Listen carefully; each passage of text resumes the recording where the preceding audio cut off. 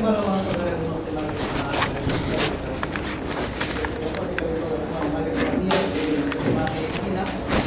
y sin embargo vamos a cualquier otra especie que tenga importancia, ¿no? Por lo menos se va a comentar en general sobre el tema. Vamos a empezar hablando de la reseña del animal. Todo el primer capítulo hemos hablado sobre la reseña, que son las características que identifican al animal con el que vamos a trabajar, o en caso de animales de producción, al grupo de animales con el que vamos a trabajar. La edad, la raza, el sexo y la utilización del animal tiene que ver directamente con la prevalencia de ciertas enfermedades, de tal manera que nosotros podemos comenzar a descartar o entender en nuestra lista de diagnósticos diferenciales diferentes patologías. En el caso de hoy vamos a dar un pretexto para definir esto, que lo vamos a utilizar en todas las clases, algunas de estas características propias que se presentan en animales. Por ejemplo, en el caso de la edad, en animales jóvenes básicamente se presentan los problemas cardíacos que responden a enfermedades congénitas. Entonces tenemos un perro de 2 meses de edad que tiene un problema cardíaco, que presenta tos, apnea cardíaca, soplo de manera intensa, lo más probable es que estemos ante una cardiopatía congénita. Y dentro de la cardiopatía congénita, la más prevalente es el ducto arterioso persistente. Entonces prácticamente de 100 perros, de 100 cachorros que tengan problemas cardíacos, que revisemos, más o menos 80 de ellos tienen conducto arterioso persistente. O sea, tenemos facilitado nuestro diagnóstico solamente conociendo las características y la prevalencia de las enfermedades de manera frecuente. Si la causa es infecciosa, probablemente el único virus común en perros que produce problemas cardiovasculares debe ser el parvovirus, así que más o menos vamos a tener idea que si un animal presenta una enfermedad infecciosa y presenta un problema cardíaco, el parvovirus va a estar relacionado a él. En cambio, las enfermedades adquiridas, por ejemplo, la insuficiencia mitral, ya sea por una endocarditis o ya sea por una endocardiosis, están relacionadas a animales de edad adulta, generalmente de raza pequeña. O sea, tenemos dos criterios acá para ver: perro de edad adulta, raza pequeña. Un pequinés de 14 años, generalmente si tiene tos nocturna, presenta dificultad para respirar, intolerancia al ejercicio, está asociado probablemente a una insuficiencia cardíaca por una lesión mitral, que puede ser por endocarditis o de endocardiosis, que tenemos facilitado nuestro diagnóstico sin necesidad de hacer muchas pruebas. Algo parecido pasa con la raza. Hay razas que están predispuestas a tener problemas cardíacos. Por ejemplo, en el caso de los perros, los boxers presentan neoplasias y desórdenes de miocarditis con mucha frecuencia, a diferencia de otras razas. En el caso de los gatos siameses presentan cardiomiopatías con más frecuencia que las otras razas. Entonces ya tenemos igualmente facilidades. En el caso del sexo, los machos de raza grande presentan una enfermedad que se llama cardiomiopatia dilatada, que es una enfermedad congénita que se manifiesta en machos de raza grande jóvenes. Estamos hablando de 2 a 3 años, eso lo refiero con jóvenes. No cachorros, sino jóvenes. Igual pasa con animales que son utilizados para ciertos fines. Los animales que se utilizan mucho en cacería y se van a zonas pantanosas, zonas donde hay bastantes charcos, lagunas, tienen una tendencia a presentar mayor frecuencia de hidrofilaria en niños. No son los únicos criterios, la otra es la ubicación donde vive el animal. Por ejemplo, en el caso de Lima no tenemos mucha hidrofilaria, pero ustedes tienen algunas zonas en la provincia, en el departamento de Ica, que son prevalentes de hidrofilaria, ¿no? O también en el norte del país, en la zona de Chiclayo, hacia arriba, hay zonas prevalentes de hidrofilaria. Por tanto, vamos a tener que, conociendo la prevalencia de esta enfermedad en alguna zona, lo vamos a considerar o no en nuestro diagnóstico diferencial. ¿Cuáles son los síntomas más frecuentes que se presentan en enfermedad cardíaca? Básicamente el más común es la tos crónica. ¿Qué es el más común? Es el primer signo clínico que el dueño se percata. Puede haber otros signos clínicos, pero al dueño, si no le molesta el signo clínico, probablemente no llega a identificar. Pero la tos nocturna, sobre todo, es la más insidiosa y la que más molesta al dueño y es la razón por la cual he llevado al veterinario a los pacientes. Otros signos clínicos, el cansancio con el ejercicio. Entonces el perro antes subía la escalera con mucha facilidad, ahora sube la escalera o descansa a media escalera porque se siente agitado, no se siente débil. Desvanecimientos, episodios sincopales, desmayos, también puede ser signo clínico signos de las enfermedades cardíacas. Dificultad para respirar o disnea, ¿no? Es lo mismo. La disnea también es un signo, sobre todo cuando hay insuficiencia cardíaca izquierda, es más prevalente. O en el caso de una enfermedad congénita, crecimiento y rendimiento bajo, ¿no? Por ejemplo, un cachorro que tiene un ducto arterioso persistente, en comparación a sus compañeros de camada o hermanos de camada, va a ser de mucho menor tamaño, ¿no? Esos son también indicadores de enfermedad cardíaca. Otro signo que se puede presentar, polidipsia poliuria, sobre todo si el animal está en tratamiento y están usando diuréticos para su tratamiento, puede ser muy común. En algunos casos, vómitos, diarreas o edemas intestinales por el tratamiento o a consecuencia de una congestión sistémica prevalente. ¿Qué vamos a ver en el examen físico de un animal que presenta problemas cardíacos? Puede estar apático, deprimido, alerta o activo. Entonces la actitud es variable, depende del estado. Si es un estado temprano que no produce tanta incomodidad el animal puede tener una actitud normal. La postura, en algunos casos animales gravemente afectados con problemas cardíacos que presenten edema pulmonar toman una posición que se llama posición ortopneica. La posición ortopneica es una posición en la cual el perro se para con las patas de delante separadas y el cuello estirado, con la finalidad de expandir al máximo su capacidad torácica y con eso tratar de mejorar la intercambio gaseoso. Algunos indicios que se ven en la cabeza del animal, por ejemplo, algunas enfermedades podemos verlas en el ojo, por ejemplo, el color de la boca, la perfusión de la mucosa, el tiempo de llenado capilar, no tenemos la perfusión. En el caso, por ejemplo, de los animales cardiópatas tienden a presentar cianosis, sobre todo después del ejercicio. El tiempo de llenado capilar se puede incrementar después del ejercicio, entonces pueden ser importantes. Y también enfermedades asociadas, por ejemplo, la periodontitis está relacionada directamente con la hidrocarditis. Los animales que presentan un soplo cardíaco de edad avanzada, tamaño pequeño, que tienen periodontitis, es altamente prevalente que pueda tener una enfermedad cardíaca. En el cuello nosotros podemos percibir el pulso yugular, bueno, ahí aparece aumentado, pero ¿tenemos pulso o no tenemos pulso yugular? Sí tenemos pulso yugular. ¿La vena tiene pulso? No tiene pulso. Entonces, el pulso yugular está presente, más que aumentado, está presente en animales que tienen insuficiencia cardíaca derecha, ¿no? Porque directamente la yugular va a desembocar en la vena cava anterior y va a llegar al corazón. Si hay un problema en el corazón cardíaco, en el corazón, en el lado derecho, va a haber reflujo de sangre hacia ese lado y por tanto vamos a encontrar en muchos casos graves la presencia del pulso yugular. El pulso yugular puede estar presente siempre y cuando nosotros, por ejemplo, en un ser humano, si yo he hecho a uno de ustedes en la mesa y le pongo la cabeza ligeramente más abajo del cuerpo, hay presencia de pulso yugular. Eso bajo ciertas condiciones es normal en esa posición. En el perro es igual, si yo he hecho un perro de costado y pongo la cabeza más abajo del cuerpo, va a presentar pulso yugular. Estamos hablando de un animal en estación, parado, no debería tener pulso yugular. Por tanto, cualquier presencia de pulso yugular en un animal sano en estación es anormal y nos indica insuficiencia cardíaca derecha. La presencia de pulso yugular también está presente en la hidrofilariasis ignitis, donde se localizan los gusanos del corazón de hidrofilariasis ignitis para que presente pulso yugular positivo. ¿No? No importa que se equivoquen, ¿no? Para equivocarse. ¿En dónde se localiza? ¿Una vena o una arteria? Una vena. ¿Qué vena? La vena cava. En la vena cava, sobre todo en la vena cava, por tanto va a producir, siendo la vena cava, va a producir una insuficiencia cardíaca derecha. Por tanto, también puede presentar pulso yugular. Cuando hacemos la revisión del tórax, vamos a encontrar un punto que se llama punto de máxima intensidad. ¿Qué quiere decir eso? Quiere decir no ocultándolo, no oyéndolo, sino con la mano. Ustedes van a tocar el tórax y van a buscar donde el corazón golpea con más fuerza.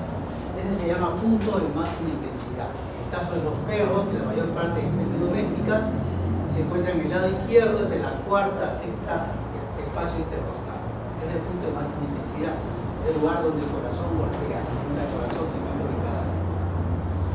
¿Cuándo puede ser disminuido este pulso, este punto de máxima intensidad? Entonces, cualquier cosa que se oponga a que el corazón pueda llegar a entrar en contacto con la pared abdominal hace que pueda disminuirse la sensación distorsión del punto de máxima intensidad. Obesidad tiene una capa de grasa gruesa que te impide que te llegue la vibración propia del golpe cardíaco. Diagrama pleural líquido entre la pleura parietal y la pleura visceral, en el espacio pleural, que hace que el corazón te lo aleje, y aparte de eso forma una sustancia que está entre ellas que también te hace definir. Diagrama pericárdico, en el pericardio se acumula líquido. Masas torácicas, una masa entre el corazón y la pared torácica. Neumotórax, aire entre la pleura parietal y visceral, creando un espacio. Todas estas condiciones hacen que el punto de máxima intensidad no pueda ser palpado en el tórax entre la cuarta y quinta espacio intercostal del lado izquierdo. Los soplos cardíacos pueden ser palpados como frénitos causados por focos sanguíneos. Entonces, los soplos cardíacos vienen a ser un ruido anormal que se produce, vamos a ver en un momento los ruidos cardíacos, y en algunos casos producen frénitos, es decir, producen temblor, son tan intensos que producen temblor. A veces se escuchan sin poner el estetoscopio, entonces cerca se escucha el soplo cardíaco. Entonces es más frénito, y es porque se produce vibración del tórax durante el origen de este ruido, y eso muchas veces puede ser palpado. Ustedes ponen en el punto de máxima intensidad y sienten el frénito o temblor que se produce durante el soplo cardíaco. En el caso del abdomen vamos a tener nosotros que cuando existe insuficiencia cardíaca derecha, las consecuencias se van a ver en el abdomen: ascitis, hepatomegalia, esplenomegalia, sobre todo en insuficiencia cardíaca derecha. ¿Por qué pasa eso? Ya llevamos fisiología. ¿Por qué pasa eso? Es importante que ustedes puedan diferenciar entre insuficiencia cardíaca derecha e insuficiencia cardíaca izquierda, porque en base a eso ya tienes el 50% de posibilidades eliminadas de que te puedas equivocar de diagnóstico. Tenemos un corazón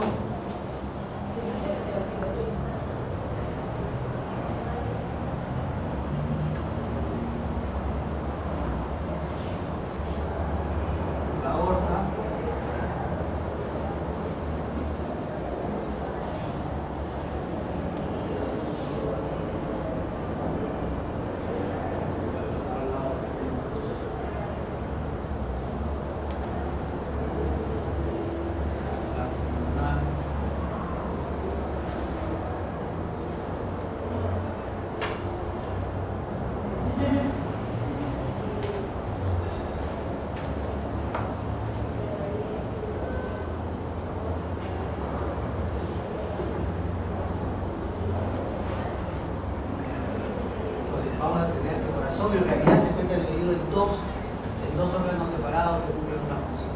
Uno va a ser el lado izquierdo y el otro va a ser el lado derecho. La circulación del lado izquierdo proviene básicamente de los pulmones, se oxigena acá en los pulmones, se oxigena y va a regresar a través de las pulmonares, por acá, a través de los pulmonares, llega a la aurícula izquierda, pasa al ventrículo izquierdo, y esto va a enviarlo a través de la aorta al sistema general. ¿Qué pasa cuando tenemos una insuficiencia cardíaca derecha? La sangre no pasa y por tanto se va a congestionar. Entonces la sangre va a regresar a este punto, imaginemos que la causa esté saliendo a la aorta. De la aorta se va a congestionar, como se congestionan los cargos cuando están malaurados, se van acumulando y llegan al ventrículo. El ventrículo no tolera más, regresa a la aurícula, de la aurícula va a regresar a través de las pulmonares y va a congestionar los pulmones. Entonces, cuando tenemos insuficiencia cardíaca congestiva izquierda, la consecuencia la vamos a tener básicamente en los pulmones.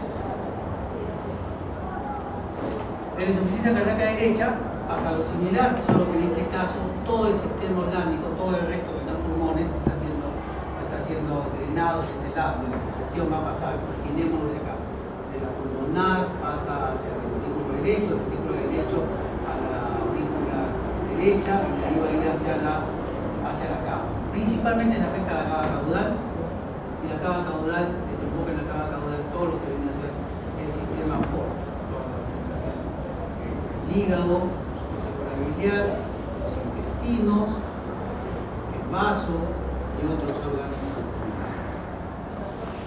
No van a llegar directamente a lo que viene a ser el sistema porto. Entonces, las consecuencias de un problema de insuficiencia cardíaca derecha, cardíaca congestiva derecha, la vamos a ver básicamente en el abdomen. una lo vemos con frecuencia en los pulmones y el otro con la frecuencia en el abdomen, ¿cuál de ellas va a presentar signos más rápidos o va a presentar signos más evidentes?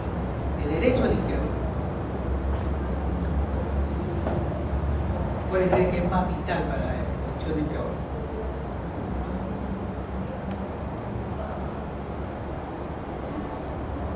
¿Cuál va a presentar signos más evidentes? Presentan igual, de repente presentan igual.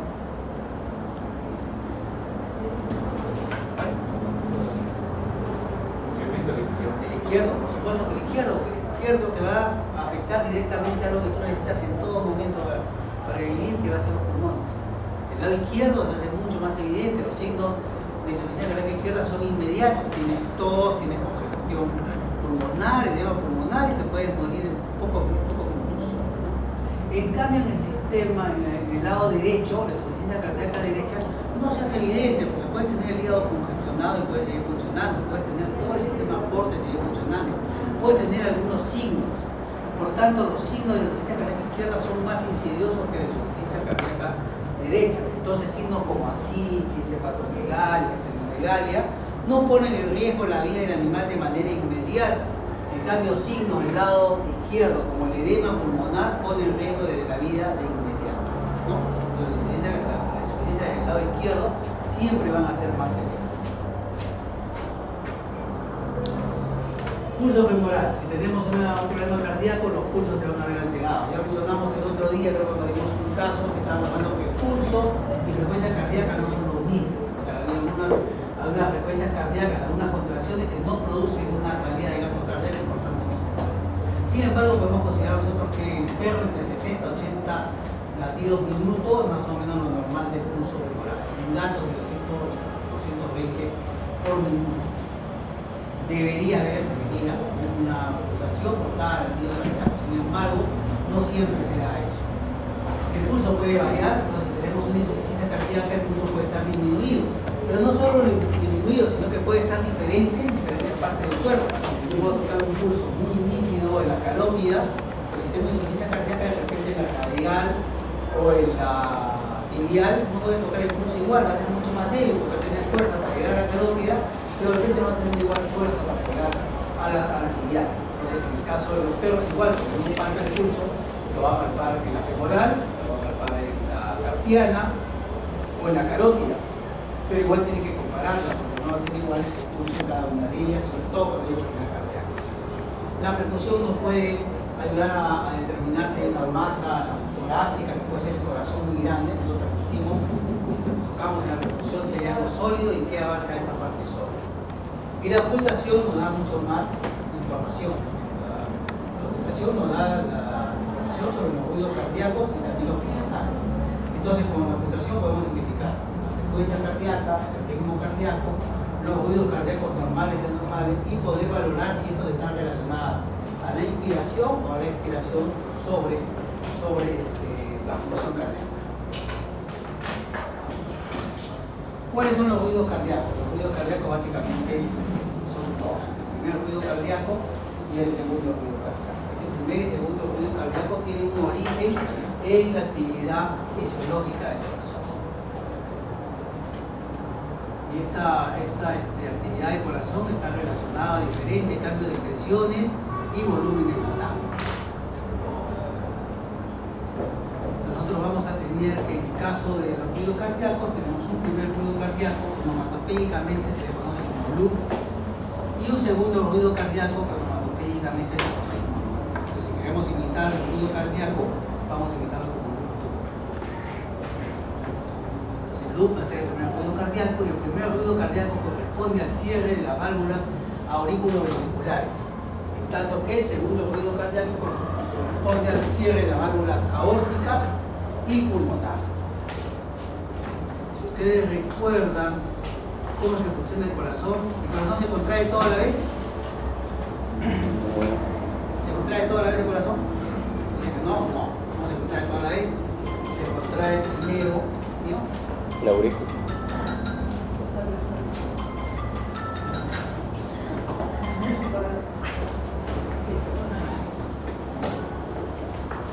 No se contrae toda la vez, sino que se contrae primero acá hay un nódulo que se llama el nódulo sinusal, existe otro nódulo que se llama el nódulo auriculoventricular, existe un grupo de fibras que van hacia la punta del corazón que se llama de His, y luego regresan por el endocardio, pequeñas fibras que se llaman fibras de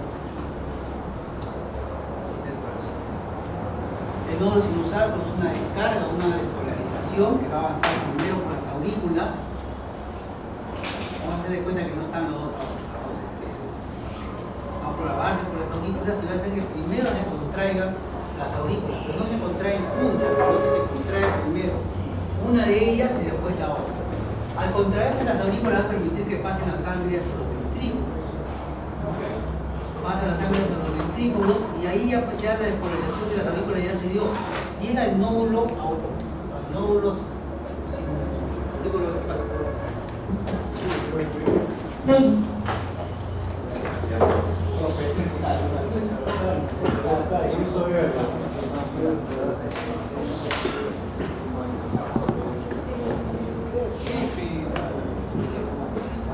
Enrique, ¿estás tirando tu bolsón de mano o la de rueditos? Rueditos.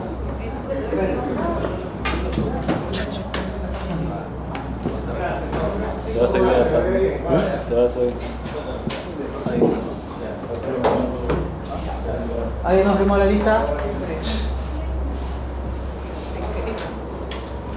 Entonces estábamos mencionando que el nódulo sinusal se despolariza, primero en la aurícula derecha, después en la aurícula izquierda, se contrae, permite el paso de la sangre hacia los ventrículos, se da un lapso para que se llenen los ventrículos de sangre, y eso pasa a través del haz de His. El haz de His no produce despolarización, es como un alambre de cobre aislado. Llega hasta la punta del corazón y las vías porquistas son como alambres de cobre que están pelados, no van a soltar. Entonces el corazón se contrae desde la punta hacia la base, permitiendo que salga la sangre, que pase la sangre hacia la zona. Entonces, no se contrae junto, se contrae primero la aurícula, la otra aurícula y luego los ventrículos de la punta hacia la base. Cuando pasa la sangre de las aurículas hacia los ventrículos, cuando aumenta la presión, se produce el cierre de las válvulas auriculoventriculares, se produce el primer ruido cardíaco, que es el cierre de la válvula auriculoventricular, loop. Cuando se contrae el tejido muscular cardíaco de la punta del corazón hacia la base y sale a través de la aorta y la pulmonar, cambia de presiones, se cierra la válvula y produce el segundo ruido cardíaco. Entonces vamos a tener que el loop se produce a consecuencia de fenómenos que se dan en el corazón, ¿no? Primer cierre de la válvula auriculoventricular y luego cierre de la válvula pulmonar y aórtica. Luego tenemos el loop. Ese loop nos va a permitir a nosotros poder definir el ritmo cardíaco y dónde se puede originar un soplo cardíaco. Esos son los dos principales ruidos. ¿Puede haber otros ruidos? Sí, puede haber otros ruidos que lo vamos a ver en un momento, pero que tienen ya otras connotaciones. ¿Dónde podemos ocultar nosotros el corazón? Lo vamos a encontrar en el segundo, en el caso de la zona pulmonar, donde está la válvula pulmonar, en el lado izquierdo entre el segundo y cuarto espacio intercostal, por encima del esternón. La zona aórtica, bien en el lado izquierdo, en el cuarto espacio intercostal, justo por encima de la unión pentecostal, y la zona mitral en el lado izquierdo, en el quinto espacio intercostal, entre la unión contocostal. Tenemos 3 focos de ocultación en el lado izquierdo y un solo foco de ocultación en el lado derecho. Esos son 3 focos de ocultación: el mitral, el pulmonar y el aórtico. El pulmonar y aórtico más craneales, el mitral más caudales.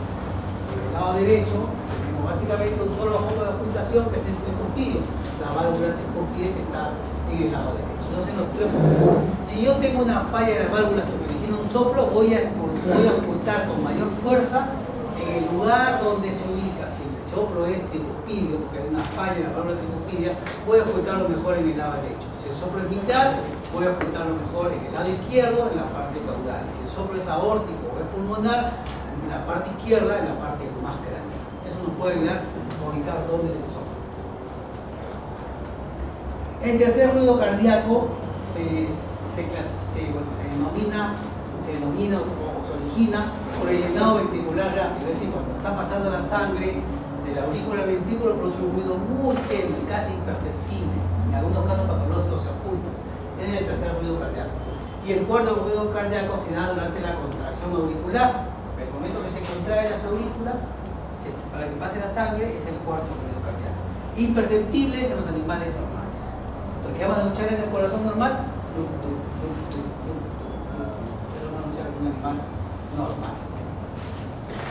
El ritmo de galope es totalmente patológico y se escucha en la insuficiencia cardíaca, básicamente en el ducto arterioso persistente. ¿Se acuerdan que mencionamos que había una enfermedad congénita en los perros, se llama conducto arterioso persistente, que es casi el 80% de enfermedad congénita en el caso de los perros, produce ruido en galope. No escucha tuk-tuk, sino escucha como si estuviera corriendo un caballo.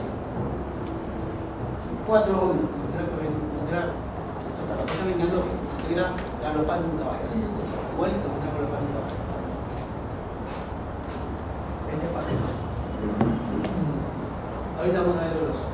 Antes de ver los soplos, vamos a ver qué cosa es una arritmia. Una arritmia es una anomalía en el ruido cardíaco. Ya vimos el ritmo, lo escuchamos. Entonces una arritmia no va a ser el loop, pero es loop. Eso va a ser.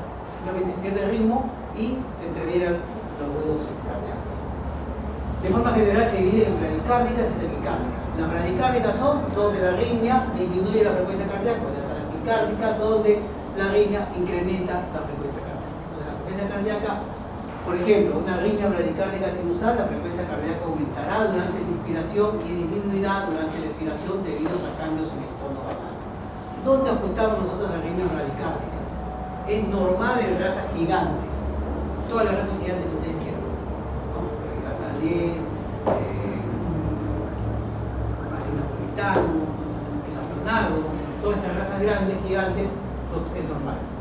Y también se escuchan patologías como el hipotiroidismo, la hipercalcemia, la uremia, el animal de hipertensión renal, la hipotermia, o el uso de algunos fármacos sedantes como la silacina o la cipromacina te pueden originar una arritmia bradicárdica.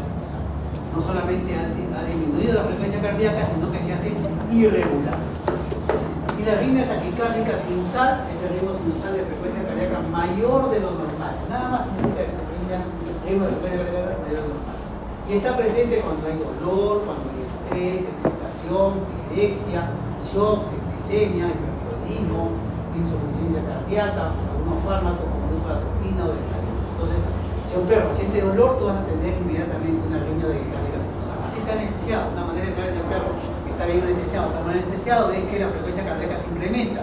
Lo que dice que el animal, a pesar que no se está moviendo, a pesar que ustedes no notan que el animal muestra un inconfort, su frecuencia cardíaca aumentada nos está indicando que hay dolor, ¿no? Entonces, una arritmia bradicárdica sinusal y arritmia taquicárdica sinusal. Ahora veamos qué es el soplo. El soplo son debidos al flujo turbulento de la sangre en el corazón, ¿no? Básicamente es un soplo, y pueden ser debidos a varias causas. Uno, el cambio de viscosidad de la sangre. La sangre no es líquida, fluida, sino que es viscosa. A la velocidad incrementada del flujo sanguíneo. Algunos cambios de forma de las cámaras o vasos sanguíneos cuando la sangre está pasando a través de ellos. No todos los soplos son patológicos. Existen los soplos funcionales o fisiológicos. ¿Qué son los soplos fisiológicos? Aparecen debido a un cambio en la viscosidad de la sangre, ¿no? O a la velocidad del flujo en ausencia de cualquier defecto anatómico. Condiciones que nos llevan a un soplo fisiológico: anemia, fiebre, estrés, dentro de los principales. ¿Qué hago si yo sospecho que mi perro tiene soplo porque tiene anemia? ¿Cómo yo demuestro que es por la anemia y no porque tiene un problema cardíaco?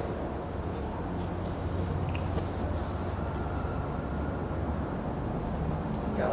Lo mando a otro veterinario que mira. ¿Cómo diferencio un perro? Primero tengo que determinar que tiene anemia. ¿Cómo determino la anemia? Un examen de sangre, encuentro que el hematocrito, que debería estar en 45, está en 20. Yo oculto un soplo. Entonces yo quiero demostrar que ese soplo se debe a la anemia. ¿Qué hago con el animal? ¿Qué hago con la anemia? Una transfusión. Sería una alternativa, ¿no? Puedo tirar el pelo, una transfusión. Pero ¿qué hago si corrijo la anemia? De repente es nutricional, de repente es déficit de fierro, cualquiera la causa, busco la causa, la trato. Y debería desaparecer cuando el hematocrito restablece su valor normal, ¿no? Si tengo un soplo, un animal que tiene fiebre, tiene 40.8 de temperatura, ¿Cómo demuestro que el soplo es por la fiebre? ¿Qué hago? Ayúdeme, chicos, ayúdeme. Es imposible, hay que hablar un poquito. ¿Qué hacemos para demostrar que la fiebre es la que está originando el soplo? ¿Qué hago?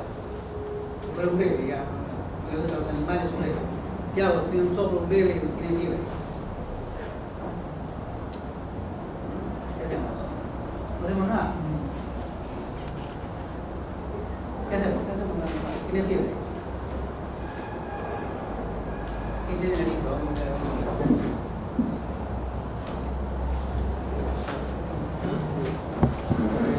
Soto. ¿Qué hacemos con el animal con fiebre? Tiene soplo y tiene fiebre. ¿Cómo demuestro que el soplo es por la fiebre?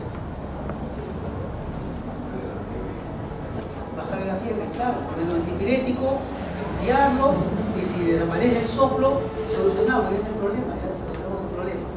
Y si es por estrés, por ejemplo, un animal muy nervioso llega a usted, está temblando, está con temor, lo escuchan ustedes, escuchan un soplo tremendo. ¿Qué hacemos si el animal está con estrés?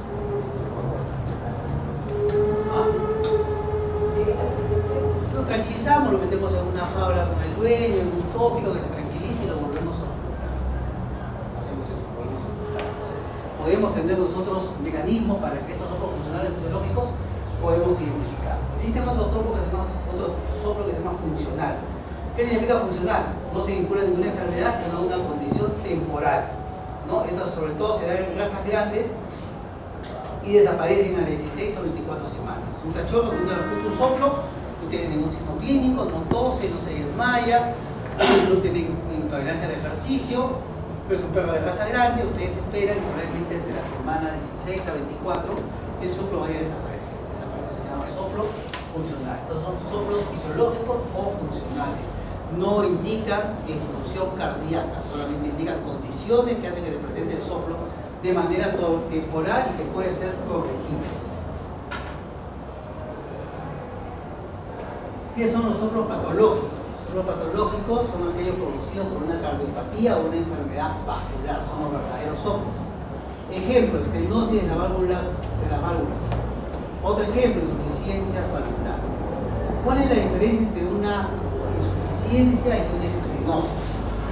Una insuficiencia y una estenosis es importante diferenciarlos.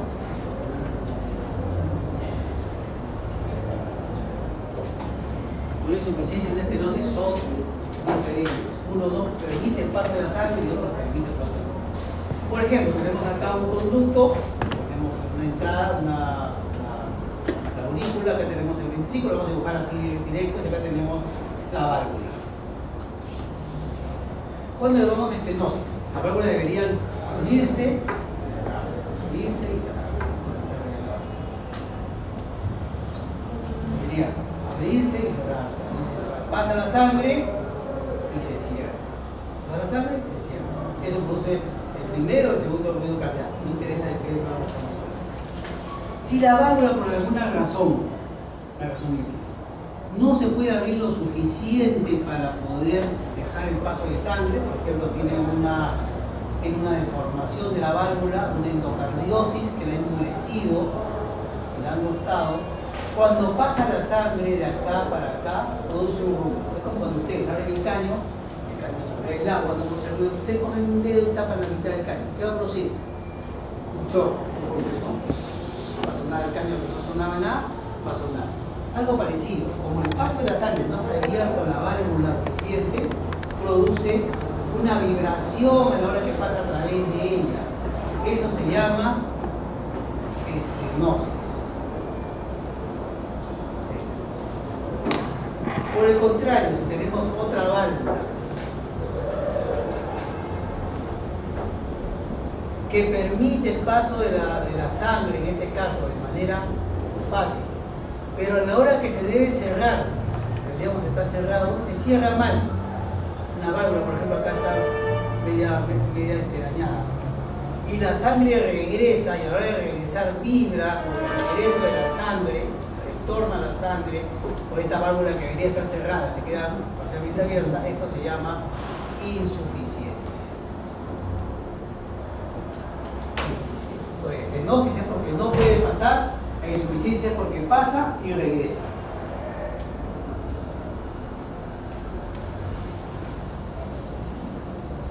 Ya tenemos definido entonces insuficiencia y estenosis valvular. Entonces existen soplos sistólicos y soplos diastólicos. Son diferentes soplos sistólicos y soplos diastólicos. Vamos a dibujarlos acá.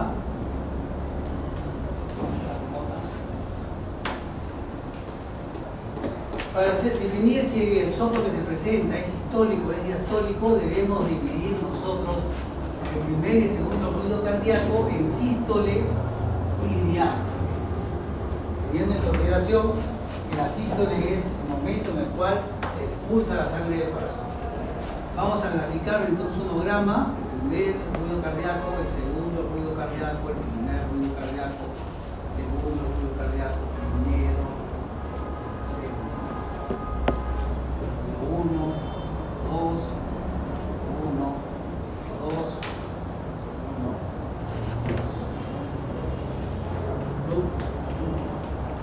Vamos a tener el ruido 1 es el cierre de las válvulas auriculoventriculares. El ruido 2 es el cierre de la válvula pulmonar y la aorta. ¿Está bien? Eso es lo que estamos haciendo. Tenemos nuestro corazón. Si yo le digo que el ruido 1 es el cierre de las válvulas auriculoventriculares y el 2 es el cierre de la válvula pulmonar y aórtica, ¿dónde estamos nosotros teniendo la sístole? ¿El ruido 1 y el ruido 2 o entre el ruido 2 y el ruido 1? Nuevamente, está el corazón en descanso en este momento. Pasa la sangre acá. Se produce el primer ruido cardíaco. Se contraen los ventrículos. Sale la sangre a través de las dos arterias. Se cierran las válvulas en una arteria. Se produce el segundo ruido. Nuevamente, como es un ciclo, el corazón pausa un momento y nuevamente se llena de sangre. Pasa nuevamente el ruido 1. Se contrae todo el corazón, sale por la sangre el ruido 2. ¿Cuál es la sístole? ¿Entre el ruido 1 o entre el ruido 2? ¿Dónde es la sístole? En este espacio, cierre la válvula auriculoventricular, luego cierre la válvula pulmonar y aórtica, descanso y nuevamente se va a producir cierre de la válvula auriculoventricular. ¿Cuál es sístole y cuál es diástole? ¿Entre el primero y el segundo o entre el segundo y el primero? ¿Cuál es sístole? ¿Tenemos? Lo ponemos acá. Ruido 1, el ruido 1 y el ruido 2. El ruido 2 y el ruido 1. ¿No? Porque es un ciclo. Ruido 1, cierre las válvulas auriculoventriculares. Cierran, se contrae todo, los dos ventrículos, sale la sangre, ruido 2. ¿Está bien? Este es el primer periodo. Se produce el ruido 2, se llena la sangre nuevamente en las dos aurículas. Pasa la sangre, se cierra el ruido 1, es el segundo periodo que tenemos acá. ¿Cuál fue sístole? ¿El momento que se contrajo o el momento que acumuló sangre? ¿Va? ¿El momento que se contrajo? ¿Sí? El momento que se contrajo. Entonces, ¿cuál es sístole? ¿Este o este más o menos? ¿Este? ¿Quiénes creen que es este? Levanten la mano. ¿Quiénes creen que es este? Los dos que levantaron están equivocados. Pero la sístole se da en el momento que se contraen los ventrículos, que es entre el ruido 1, pasa la sangre, sale la sangre por acá porque se contrae y es el ruido 2. Entonces vamos a tener nosotros que este espacio se llama sístole y entre el ruido 2, que se acumula la sangre, pasó el ruido 2, se llena la sangre acá hasta que aparece el segundo ruido cardíaco, se llama diástole. Y esto se repite, sístole, diástole. ¿Está bien? Entonces tenemos definido que el loop y el loop, sístole, loop, diástole, ya en ese espacio que loop, entre loop y loop, sístole, loop, en este el segundo, el primero, diástole. Sístole, diástole, sístole, diástole, sístole, diástole. ¿Está bien? Espero que esté bien. Entonces, los soplos cardíacos se pueden dar en diferentes momentos. Y unos soplos son sistólicos y otros soplos son diastólicos. Unos son sistólicos y otros son diastólicos. En Entonces, si yo quiero saber un soplo sistólico diastólico, va a diferenciar si este es en el momento de la sístole o diástole. ¿No es explicarles esto?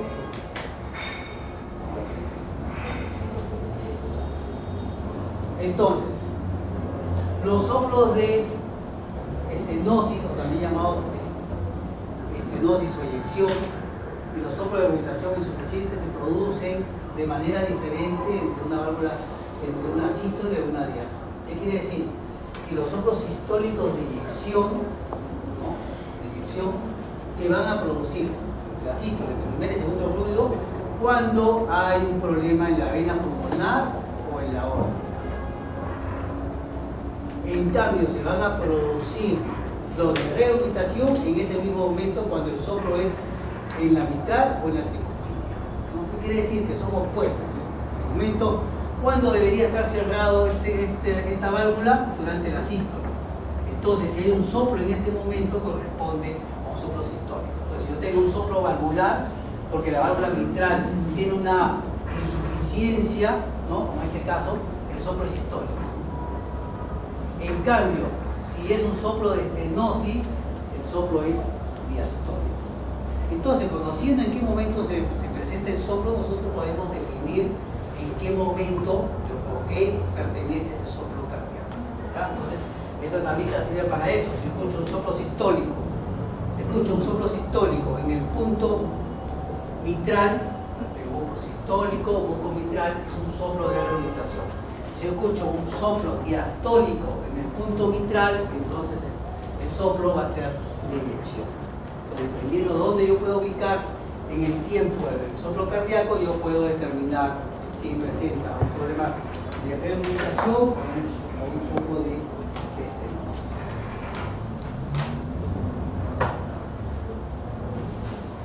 Entonces, luego de haberle roto la cabeza con esto, vamos a hacer algo más simple. Vamos a hablar de un algoritmo. Cuando uno está confundido y uno no sabe qué hacer y no puede diferenciar un soplo sistólico de uno diastólico, entonces vamos a valernos de un algoritmo para poder diferenciar, ¿no? ¿Qué es un algoritmo? Vamos a encontrar que un perro tiene un soplo, hemos encontrado un soplo, no sabemos a dónde pertenece el soplo, no tenemos la menor idea a dónde pertenece. Vamos a descartar primero los soplos inocentes o fisiológicos, o funcionales también se llama. Inocentes, fisiológicos o funcionales. ¿Qué quiere decir eso? Son de grado bajo, sin otros signos cardíacos, el perro no presenta agitación, no presenta intolerancia al ejercicio, no presenta tos ni nada. Puede tener anemia, fiebre, ansiedad o perros y gatos menores de 6 meses, ¿no? Es lo que presenta un soplo inocente o fisiológico. ¿Qué hacemos? Ya lo conversamos hace un rato. Si tiene anemia, tratamos de tratar la anemia. Si tiene fiebre, disminuimos la temperatura. Si tiene ansiedad, lo tranquilizamos. Y si es un perro un gato que tiene menos de 4 meses sin ningún signo, esperamos que cumpla los 6 meses para descartar si es un soplo fisiológico. Ahí solucionamos un problema. Luego tenemos otra cosa, le voy a facilitar la vida. Primero, soplos continuos, conducto arterioso persistente, soplo engalopio continuo.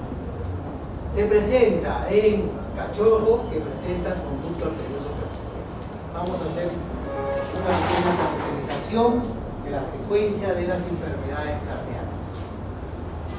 Para no romperle la cabeza tanto algoritmo, pero sin embargo que el algoritmo sea útil para ustedes. Primero, tenemos la prevalencia. El 80% de problemas que tenemos nosotros cardíacos que llegan a un consultorio corresponden a problemas de soplos sistólicos en el punto mitral, soplo de insuficiencia. Eso es lo que tenemos principalmente. 80%. El otro 20% presenta soplos y o arritmias, que eran los dos. Arritmias en ubicación variable, principalmente mitral o tricuspide.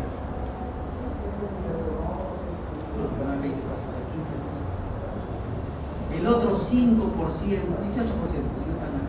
el otro 2% corresponden a enfermedades enfermedades congénitas. Y de ese 2%, el 80% corresponden a adulto arterioso persistente. También tenemos esto. Para facilitar la cosa, los soplos sistólicos vitrales pertenecen a perros de edad avanzada,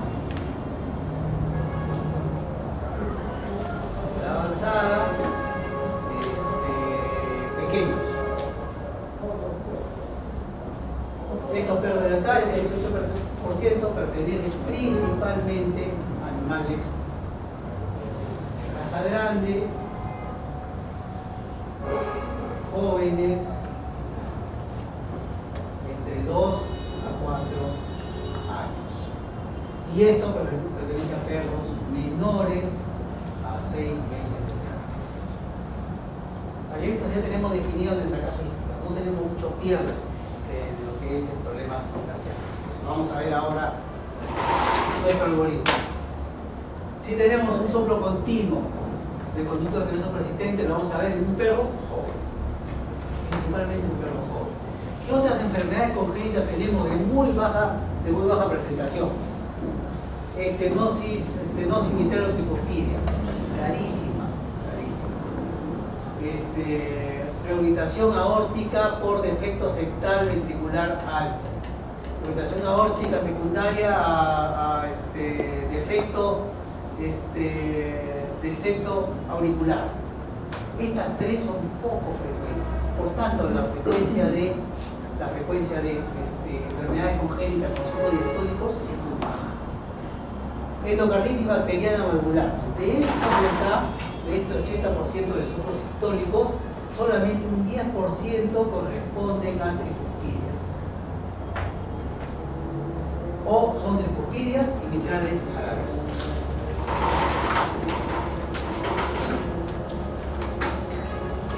Pues podemos facilitar. Diastólicas raras, muy bajas, solo la endocarditis o la endocardiosis tricuspidia se presenta en un 10% de todo lo que vienen a ser los soplos de aurículo-ventriculares. Continuo, básicamente perro cachorro.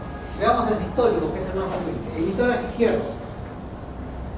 Todas estas enfermedades son congénitas, poco frecuentes, no la van a escuchar. Esta de acá, de este lado de acá, displasia valvular mitral raro, congénito. Endocarditis mitral, endocarditis valvular mitral, estamos en ese 80% que estamos viendo. Si pudiera pintar acá, le pintaría acá un círculo, pero lo podemos hablar.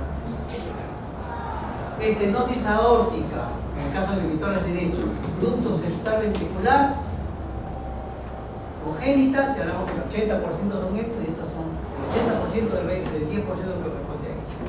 Displasia tricuspidia, endocarditis tricuspidia, endocarditis bacteriana tricuspidia. Esta primera de acá es congénita, poco frecuente, endocarditis tricuspidia, endocarditis bacteriana, solamente es el 10% del 80% que corresponde a los soplos frecuentes. Entonces, para acá, entonces, si yo quiero comenzar a generalizar y quiero comenzar que este algoritmo no solamente sea un papel que nos sirve para poder hacer nuestros analíticos diferenciales, sino quiero hacerlo útil, entonces vamos a comenzar a ponerle números. Vamos a comenzar a ponerle números.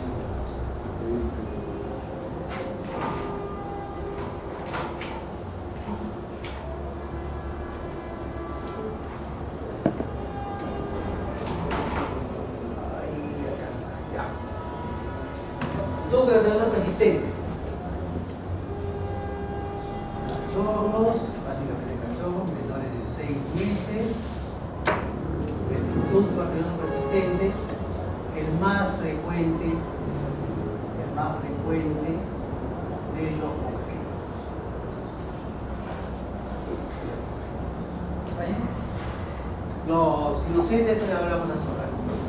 El tórax izquierdo, el tórax derecho. El tórax izquierdo, estenosis aórtica, congénito, poco frecuente. Estenosis pulmonar, congénito, poco frecuente. Estenología de Fano, congénito, poco frecuente. Defecto central ventricular, poco frecuente. No hacemos problemas. Quinto, sexto espacio intercostal. Displasia valvular mitral, congénito. Endocarditis mitral y endocarditis bacteriana, 80% de animales están afectados. ¿Qué perros? Perros pequeños de edad avanzada.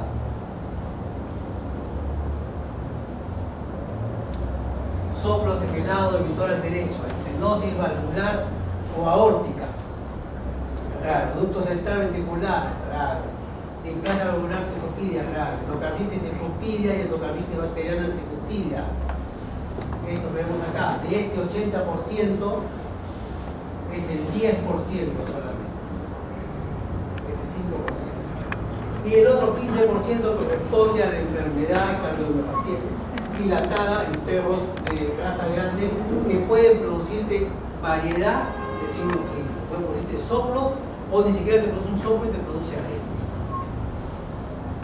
¿Vale? Entonces nosotros lo que estamos haciendo con el algoritmo es comenzando a descartar lo que es poco frecuente y dejando lo que es más frecuente. Entonces, si yo les pregunto y les pongo que llega un perro con problemas cardíacos, un perro de raza pequinés de 14 años, que presenta tos nocturna y presenta intolerancia al ejercicio, ¿cuál de todas las patologías creen que va a corresponder? ¿Cuál? Sistólica, pero ¿cuál de todas las patologías? Endocarditis mitral o endocarditis bacteriana. Principalmente de insuficiencia, por tanto sistólica, va a ser lo más frecuente que sea sistólica. Ya tienes casi, llegando el perro y sabiendo la edad que tiene, sabiendo los signos que tiene, ya tienes casi el diagnóstico completo de lo que tiene. Ya solo vas a ir a la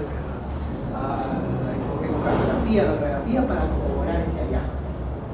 Si es un perro de raza grande, joven, de 2 a 4 años, un golden retriever que presenta desmayos, arritmias cardíacas a la ocultación, ¿qué enfermedad tiene? Fuerte. ¿Quién está hablando? ¿Qué enfermedad tiene? Perro joven, o 2 a 4 años, golden retriever, presenta desmayos, presenta arritmias cardíacas, tos. ¿Qué enfermedad es?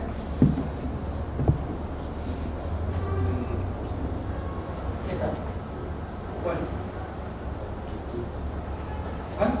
cardiomiopatia dilatada idiopática, ¿no? Que hablamos hace un momento. Cardiomiopatia dilatada idiopática.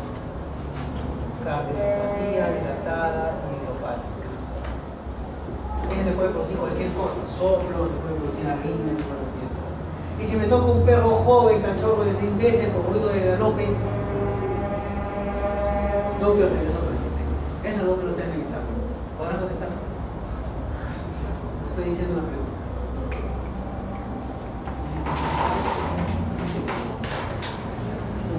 Sabiendo eso, sabiendo esas 3 cosas, ya tienen el diagnóstico de casi el 80% de todas las patologías que son frecuentes en el humano. Tienen bastante avanzado con ese tipo de